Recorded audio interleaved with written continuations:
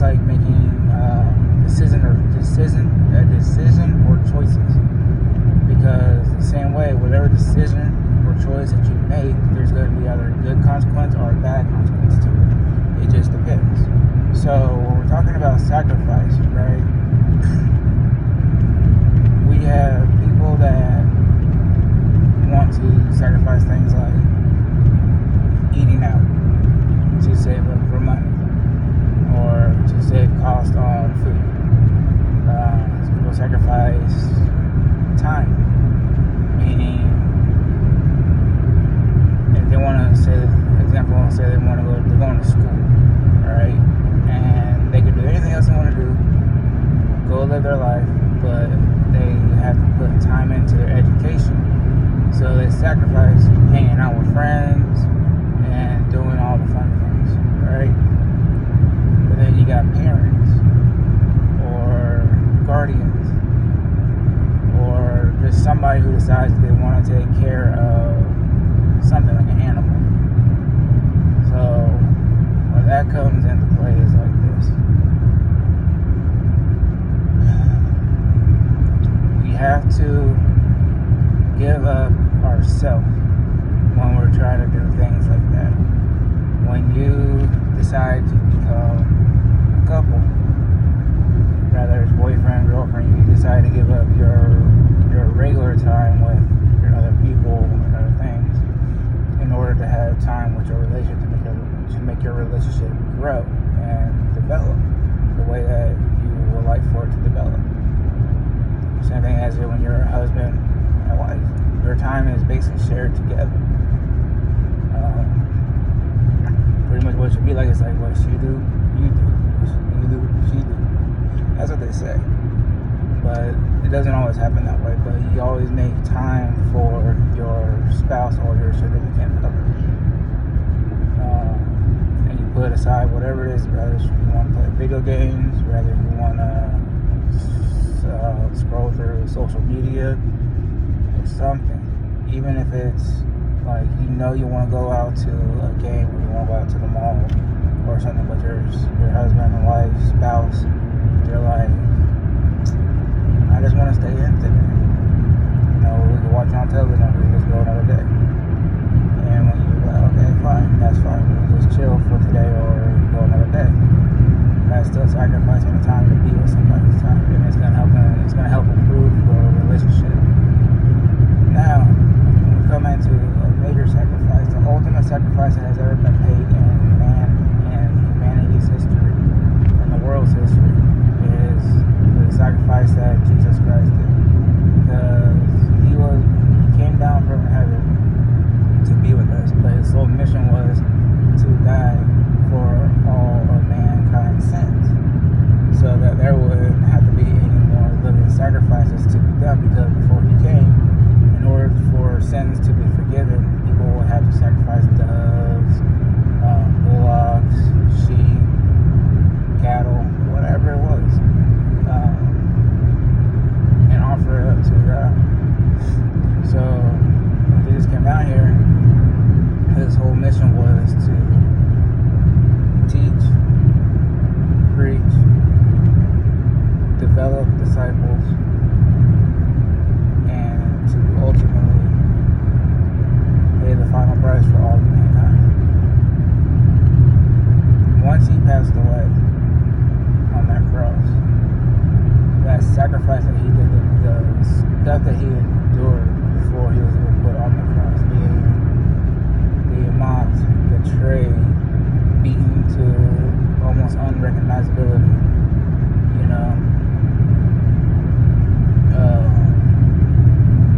he endured all that, carrying the cross from, where he was, excuse me, sorry, from where he was tried at, having a murderer chosen to be free over him. But it all had to be done because it was all part of God's plan, God's salvation plan. So, and it also comes to the fact where John the Baptist didn't want to baptize him at first because he said that he needed to baptize him. And when Jesus said, no, this has to be done so that the law could be fulfilled, then John was like, okay, bet, I'll do it. So he pretty much sacrificed his own baptism from Jesus to baptize Jesus so that everything can start coming into play. Now, once Jesus passed away, that was it. The Bible tells us that the veil was torn.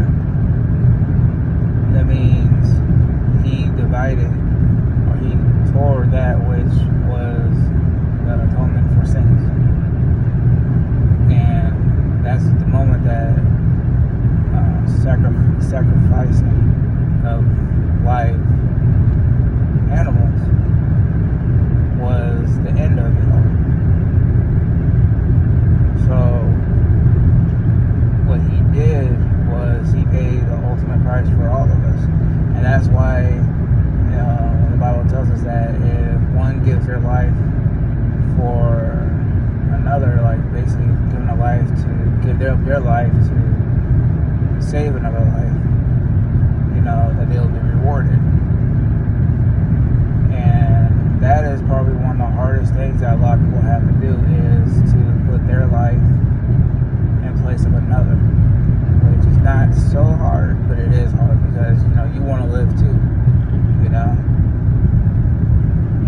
but Christ was an example. Like, yes, he still wanted to live, but he knew that he had to be that final sacrifice, that final thing, so that man can have a chance to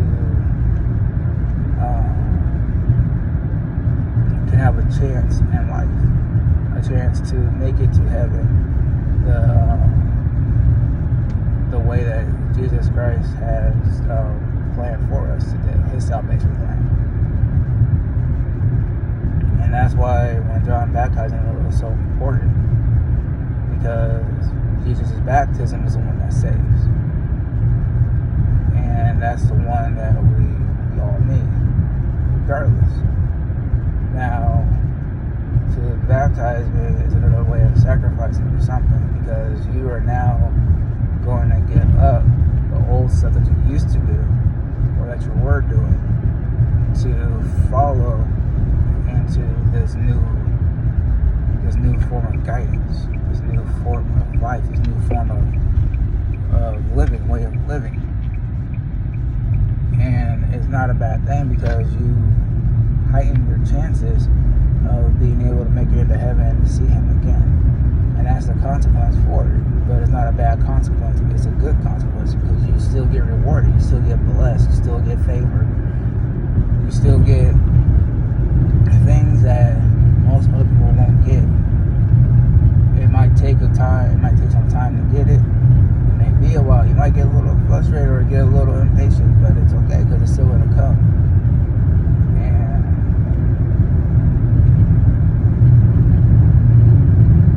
And once it does come, you'll be more than fulfilled with joy, happiness, gratitude, and so forth.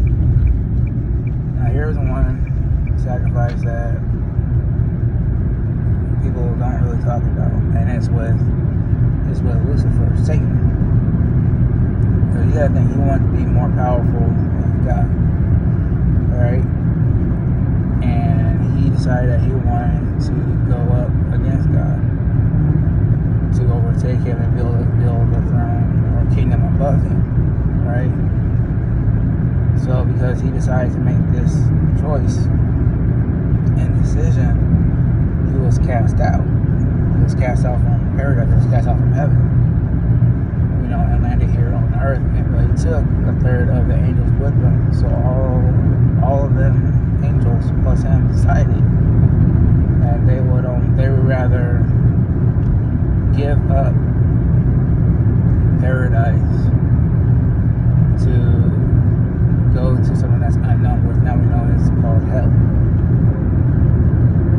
So he sacrificed sacrificed his salvation. They sacrificed their salvation over greed / jealousy and manipulation and false information, as you could say. And their price was they have eternal damnation. So again, going back, you have your choice. You can either give up your life to follow Christ, or you can keep your life and have the possibility of facing damnation.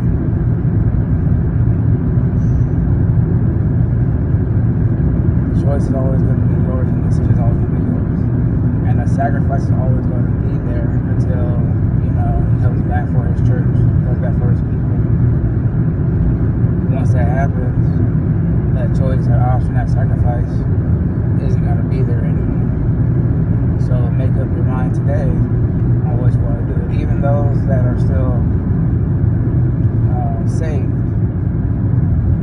they still have to make up their mind and decide what they still want to be able to keep in their life and keep out of their life. Because sometimes what we don't understand or see is that ultimately a lot of things that we keep in our life up until the time we pass away is things that could still be judged against us or used against us when it comes towards the day of judgment, because we didn't give ourselves fully or wholly to God, to Jesus.